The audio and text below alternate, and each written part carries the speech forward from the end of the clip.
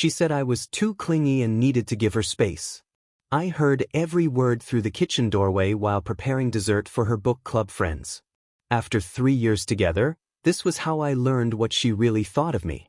I stood there holding a tray of homemade apple turnovers, listening to Arya tell her friends about my apparently suffocating behavior. The irony wasn't lost on me that I'd spent the entire day preparing this gathering at our mountain cabin, sourcing local wine from the vineyard 30 minutes down the valley and crafting dinner from scratch because I thought it would make her happy. I'm Noah, 29, and I run wilderness survival workshops on weekends while teaching people essential outdoor skills during the week. For the past 18 months, Arya had been living in the log cabin I inherited from my grandfather, a rustic but comfortable place where I'd built my survival instruction business and found peace in the mountains 2 hours outside the city. She worked as a freelance podcast producer, creating content for various lifestyle brands while building her own following from the home office I'd helped her set up in what used to be my photography darkroom. What I thought was us building a life together apparently felt like imprisonment to her.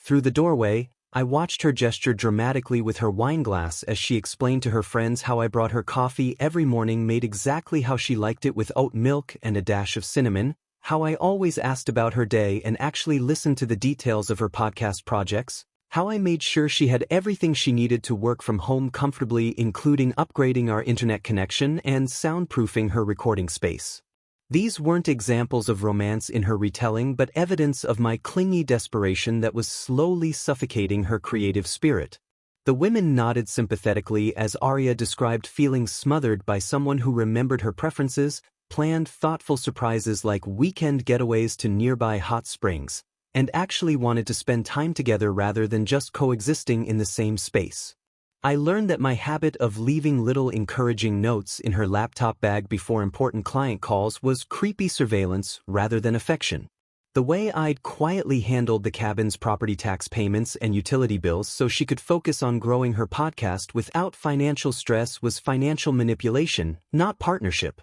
Even my weekend survival workshops, which brought interesting people to our property and provided steady income that supported both our lifestyles, were apparently just another way I tried to control her environment and limit her independence. Her friends murmured agreement as she explained how my attentiveness made her feel guilty for wanting alone time and how my thoughtfulness felt like pressure to be grateful for things she never asked for. One of them shared her own story about escaping a similar situation, describing a former boyfriend who was too available, too considerate, too invested in their shared future. They painted a picture of healthy relationships as distant arrangements where partners maintained separate lives that occasionally intersected, where caring too much was a warning sign rather than a virtue.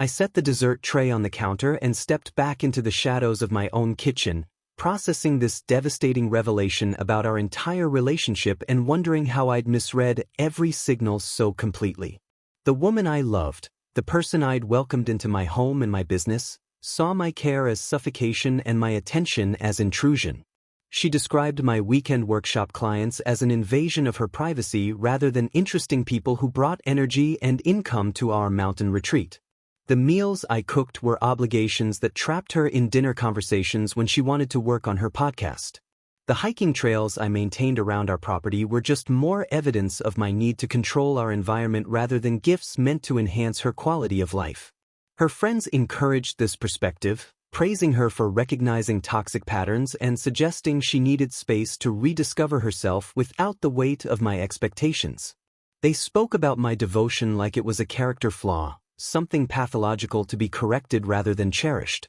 I'd built my life around making her feel supported and valued, restructuring my business schedule to accommodate her needs, but apparently I'd been slowly strangling her independence with kindness. The conversation continued for another 20 minutes as I stood in my own kitchen, invisible and unwanted, listening to the woman I'd planned to propose to next month describe me like a burden she needed to shed. When I finally emerged with dessert, I smiled politely and played the perfect host, serving her friends while they looked at me with that mixture of pity and suspicion that comes from hearing someone's private complaints about their relationship. Arya accepted her turnover with the same warm smile she'd been giving me for months, completely unaware that I'd heard every word of her character assassination. That night, after her friends left and she fell asleep satisfied with her evening of emotional unburdening, I lay awake staring at the ceiling beams I'd restored myself, planning my exit strategy with the same methodical approach I used when teaching survival skills to my weekend workshop students. If Arya needed space to breathe and discover herself without my suffocating presence, I was going to give her more space than she'd ever imagined possible. Over the next week, I executed my departure with the precision I taught in my wilderness survival courses, methodically removing every trace of my presence while Arya remained blissfully unaware that her wish for space was about to be granted permanently. I started early each morning after she left for her podcast client meetings in town, carefully packing my personal belongings and important documents into storage containers that I transported to my new location 2 hours deeper into the mountains where cell service was spotty and unexpected visitors were impossible. The process felt like dismantling a life I'd built piece by piece, but I approached it with the same systematic mindset I used when teaching people how to break camp without leaving evidence they'd ever been there. Every item I removed was cataloged and justified, from my grandfather's antique fishing equipment to the custom shelving I'd built to display my collection of wilderness survival manuals. I transferred my wilderness survival instruction business to a property I'd been considering for expansion, a more remote location that offered better terrain for advanced outdoor skills training and attracted serious students rather than weekend hobbyists looking for Instagram photo opportunities. The new site had everything I needed, including a workshop building for equipment storage, multiple camping areas for different skill levels, a natural water source, and a small but well-built cabin where I could live while building something entirely my own without compromise or criticism. I arranged for my mail to be forwarded through a service that would leave no forwarding address, changed my phone number to one with a different area code, updated my business registration to reflect the new location, and even transferred my banking to a credit union near my new home base. The transition felt liberating rather than devastating because I was finally free to focus on people who appreciated what I offered instead of feeling suffocated by genuine care and attention. I left behind only the essential furniture that had come with the cabin and items that Arya had brought during our 18 months of cohabitation, creating a space that would function but feel hollow without the personal touches that had made it feel like home rather than just shelter. Her expensive coffee maker remained on the counter next to the French press I'd given her for her birthday, but my collection of vintage camping guides and survival manuals disappeared from the shelves I'd built specifically to house them. The couch stayed positioned by the fireplace where we'd spent countless evenings, but my grandfather's hand-carved walking sticks vanished from their display rack along with the hiking maps I'd annotated with safe routes and points of interest. I removed my photography equipment that had documented our adventures, my extensive collection of outdoor magazines dating back decades, my handmade furniture pieces crafted during quiet winter evenings, and even the small personal items that most people wouldn't notice but that had made the space uniquely mine. When Arya returned from her weekend podcast conference in Denver, expecting our usual routine of shared meals and quiet evenings discussing her professional victories, she found the cabin transformed into something that felt more like a vacation rental than the home we'd supposedly built together. She called my name as she entered, probably planning to tell me about her networking successes and the potential collaborations she'd discussed with other content creators who understood her vision, but her voice echoed strangely in rooms that suddenly felt larger, emptier, and more impersonal than they had in months. I imagined her confusion as she wandered through spaces that looked the same but felt fundamentally different, like a movie set after the crew had removed everything that wasn't nailed down. I watched from my new mountain location as she tried calling my disconnected number, the attempts going directly to a generic voicemail message that offered no information about my whereabouts or intentions. The beauty of my plan was its completeness, leaving no breadcrumbs for her to follow and no opportunity for the emotional confrontation she might have used to manipulate me back into the relationship dynamic that had clearly become unbearable for her.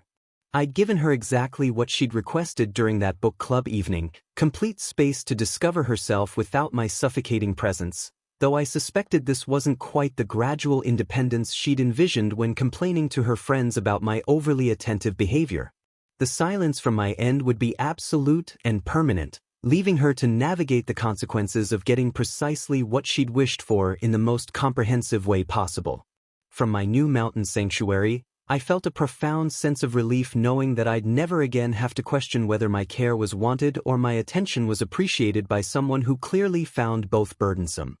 Arya discovered the full extent of my departure over the following days as she searched through the cabin for items that would never be found, slowly realizing that this wasn't a temporary absence but a complete erasure of my presence from her life. I learned about her growing panic through a mutual friend who mentioned that Arya had been frantically calling people, asking if anyone knew where I'd gone or why I'd left so suddenly without any explanation or confrontation. What struck me most was how quickly her narrative shifted from celebrating her independence to portraying herself as abandoned without cause, conveniently forgetting the book club evening where she described my devotion as suffocating and my care as manipulation. She went through the cabin methodically, checking for my camping gear that had once filled the storage shed, my photography equipment that had documented our adventures together, and even my collection of vintage outdoor magazines that used to stack neatly on the coffee table. The absence of my grandfather's hand-carved walking sticks from their display racks seemed to particularly unsettle her,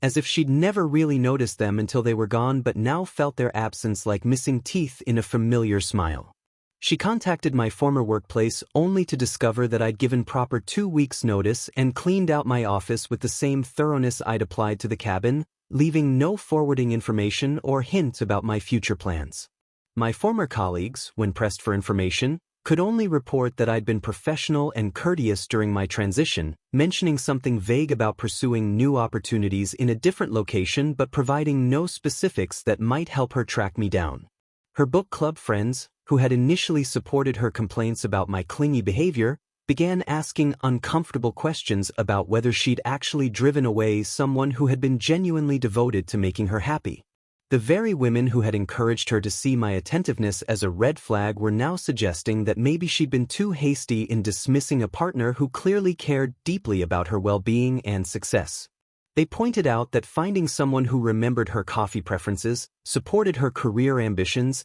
and willingly handled life's mundane responsibilities was actually quite rare in the modern dating landscape. I heard through the mountain community grapevine that Arya's mother had made an unexpected visit to the cabin, ostensibly to check on her daughter but actually to confront her about some financial revelations that had come to light. During their heated conversation, which apparently carried through the thin cabin walls to neighboring properties, Arya's mother revealed that I had been quietly covering the property taxes for months while Arya focused on building her podcast brand without worrying about mundane expenses. The property taxes on the mountain cabin were substantial, nearly $800 quarterly, money that I'd been paying directly to the county office so Arya wouldn't have to stress about deadlines or budgeting for large expenses that might interfere with her creative flow. Her mother had discovered this when she'd called the county office to inquire about overdue notices, only to learn that the account was current and had been maintained by someone who was no longer living at the property. The realization that I'd been subsidizing her creative pursuits while she complained about my suffocating attention created a cognitive dissonance that apparently sent Arya into a spiral of guilt and regret. Her mother demanded to know how she could have been so ungrateful to someone who was clearly invested in her success and their shared future, pointing out that most women would be thrilled to find a partner who anticipated their needs and removed obstacles from their path. The confrontation left Arya sobbing and defensive, trying to explain her perspective about independence and personal space while her mother cataloged all the ways I'd supported her that she'd either ignored or reframed as controlling behavior. According to my source, Arya's mother left the cabin disgusted with her daughter's entitlement and confused about how she'd raised someone who could treat genuine care with such contempt and ingratitude. The aftermath of that visit apparently left Arya sitting alone in a space that now felt like a hollow shell of the home I'd helped create, surrounded by the bare minimum furnishings that remained but missing all the thoughtful touches that had made the place feel lived in and loved. She was finally experiencing the independence she'd claimed to want, but it came with the crushing realization that independence without appreciation had left her completely alone. Desperate for any information about my whereabouts, Arya created fake social media accounts to track my digital footprint and discovered that I'd launched Mountain Edge Survival Academy with glowing reviews from former clients who praised my expertise and genuine passion for teaching wilderness skills. The reviews painted a picture of someone who was thriving in his new environment, building something meaningful with people who appreciated his knowledge and dedication rather than finding it suffocating. Her attempt to portray herself as the victim of sudden abandonment on her podcast backfired spectacularly when listeners began researching our relationship history and found evidence of my generous support through old social media posts that she'd forgotten existed. The posts showed me bringing her coffee during her recording sessions, celebrating her podcast milestones with thoughtful surprises, and quietly handling logistics so she could focus on her creative work without distraction. Former mutual friends began sharing their own stories in the comments section, describing moments when I'd gone out of my way to support Aria's career goals or handle responsibilities that she'd either overlooked or dismissed as unimportant. They mentioned how I'd upgraded the cabin's internet specifically for her podcast needs, how I'd built custom soundproofing for her recording space, and how I'd rearranged my workshop schedule to accommodate her client meetings and recording sessions. The narrative that emerged from these recollections was devastatingly different from the one Aria had been trying to craft about being abandoned by an emotionally unstable partner. A particularly damaging TikTok video emerged featuring Aria complaining about clingy behavior that was actually me bringing her coffee every morning, made exactly how she liked it with oat milk and cinnamon, because I'd noticed she always seemed stressed before her early client calls. The video had been recorded months earlier during one of her girls' nights, intended as humorous content about relationship quirks, but now it served as evidence of her ingratitude and inability to recognize genuine care. The comments on that video were brutal, with viewers pointing out that most people would be grateful to have a partner who paid attention to their preferences and tried to make their days a little easier.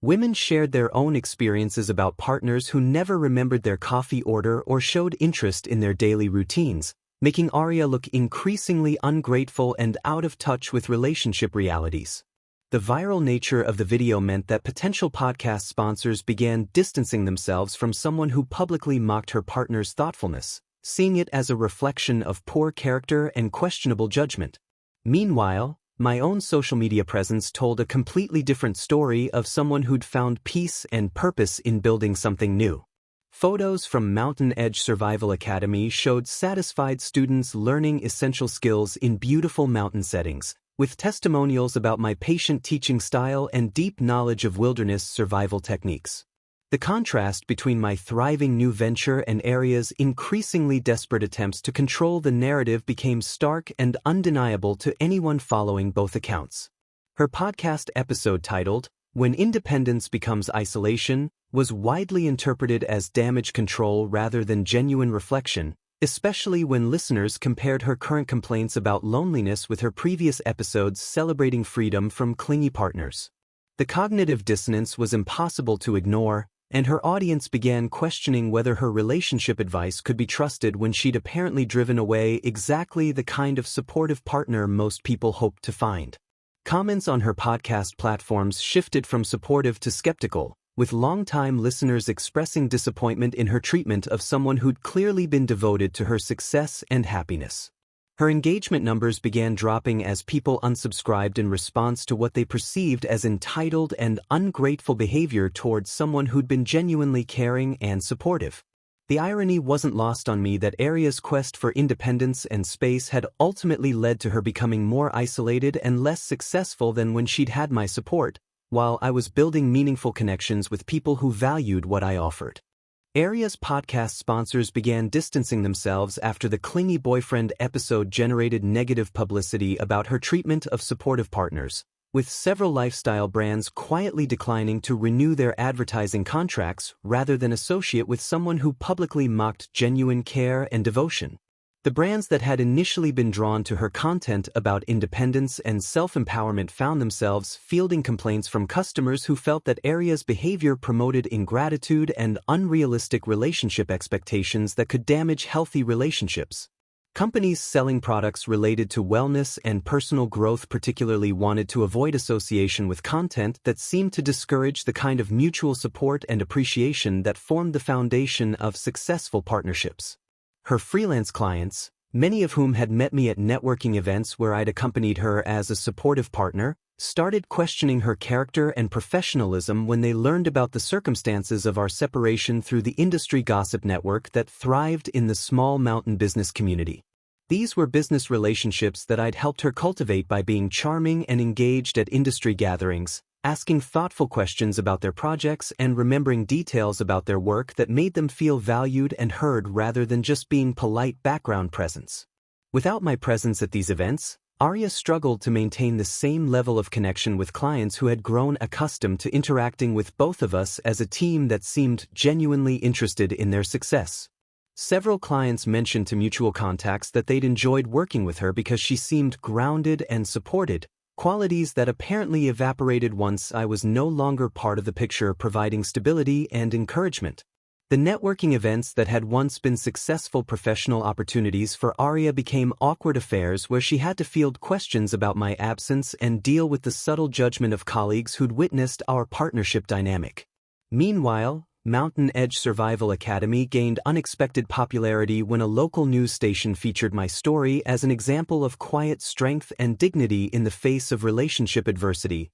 focusing on how some people choose growth over bitterness when faced with personal challenges. The segment highlighted how I'd built something positive from a difficult situation rather than engaging in public drama or attempting to damage Arya's reputation despite her treatment of me, showcasing the Academy as proof that moving forward constructively was always possible. The news piece focused on the Academy's growing success and the testimonials from students who appreciated learning from someone who embodied the resilience and self-reliance he taught in his wilderness courses. The contrast with Arya's increasingly public emotional struggles and professional setbacks made for compelling television that portrayed me as someone who'd channeled his energy into meaningful work rather than revenge or bitterness.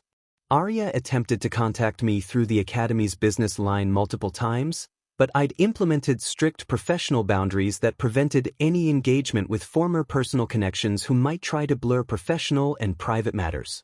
My assistant was instructed to politely redirect any calls from Arya to our general information voicemail, treating her exactly like any other potential client who needed to follow proper channels if she wanted to engage with our services. The professional distance I maintained sent a clear message that I'd moved completely beyond our previous relationship and wasn't interested in revisiting personal history or providing her with closure that might ease her guilt about how things had ended between us. The Academy's success served as daily proof that I'd found my true purpose working with people who genuinely valued expertise and dedication rather than finding those qualities burdensome or suffocating as Arya clearly had.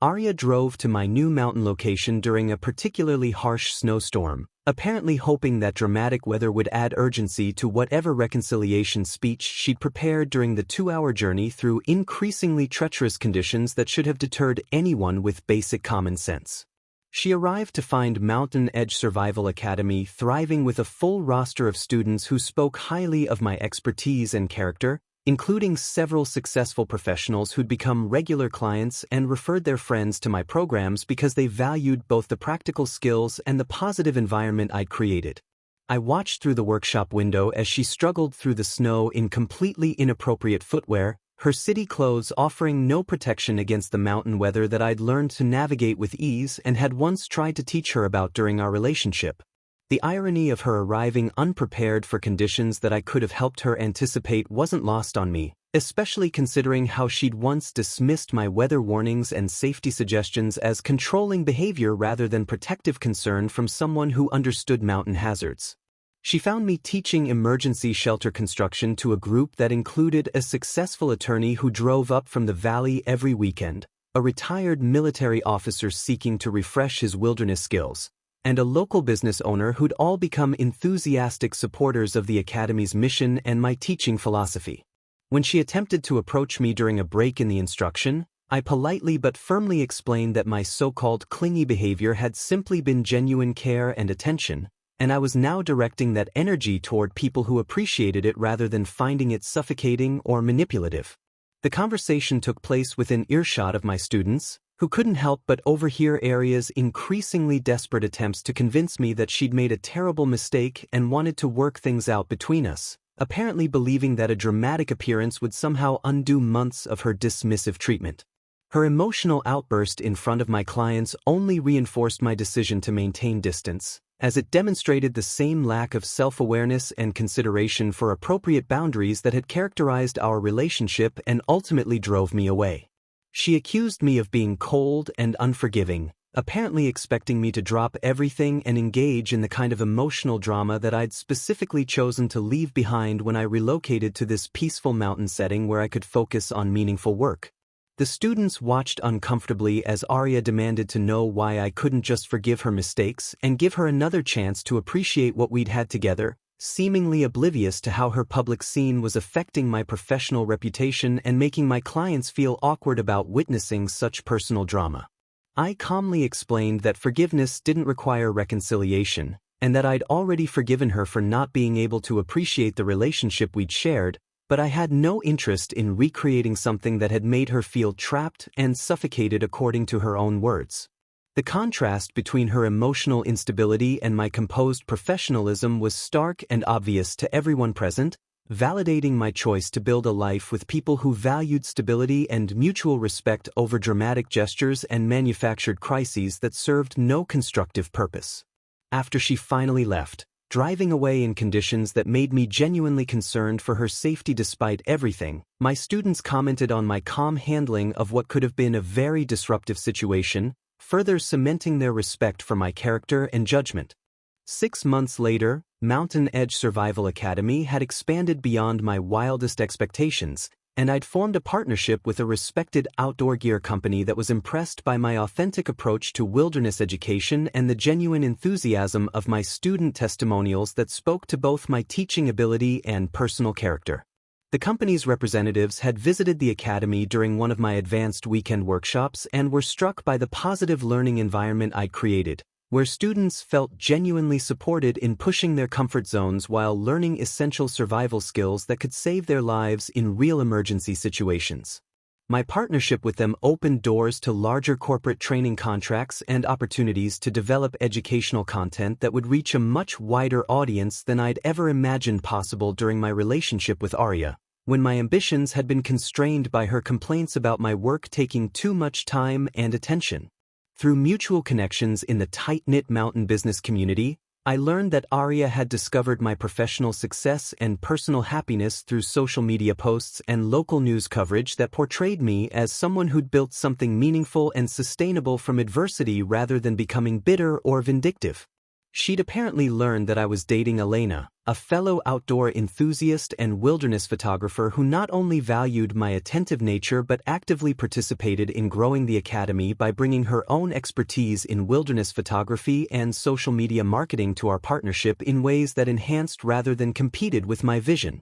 Elena appreciated everything about me that Arya had found suffocating and controlling, from my morning coffee ritual to my careful planning of our weekend adventures and business strategies, seeing these qualities as evidence of someone who cared deeply about creating positive experiences for the people in his life. The contrast between Elena's genuine gratitude for my attention and thoughtfulness and Arya's constant complaints about my so-called clingy behavior couldn't have been more stark or validating of my decision to seek out people who deserved my care.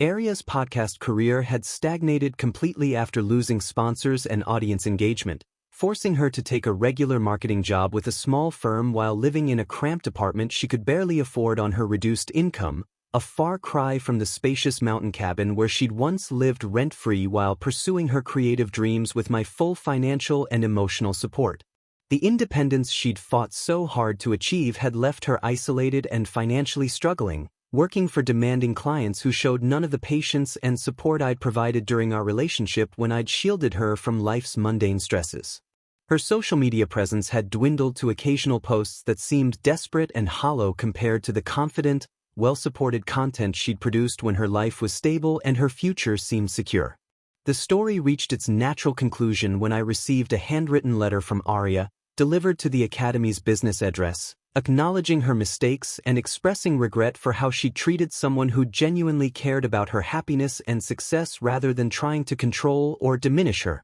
The letter was several pages long, filled with apologies and reflections about how she'd misunderstood my intentions and taken my support for granted while pursuing an independence that had ultimately left her more constrained and unhappy than ever before. She wrote about watching my success from afar and realizing that everything I'd offered her, from financial stability to emotional support to genuine partnership, was exactly what she'd needed but had been too proud and confused to appreciate at the time when it was freely given. But I filed the letter away unread after scanning the first few sentences, having found complete peace in building relationships with people who celebrated rather than criticized my caring nature and genuine investment in their well-being and success.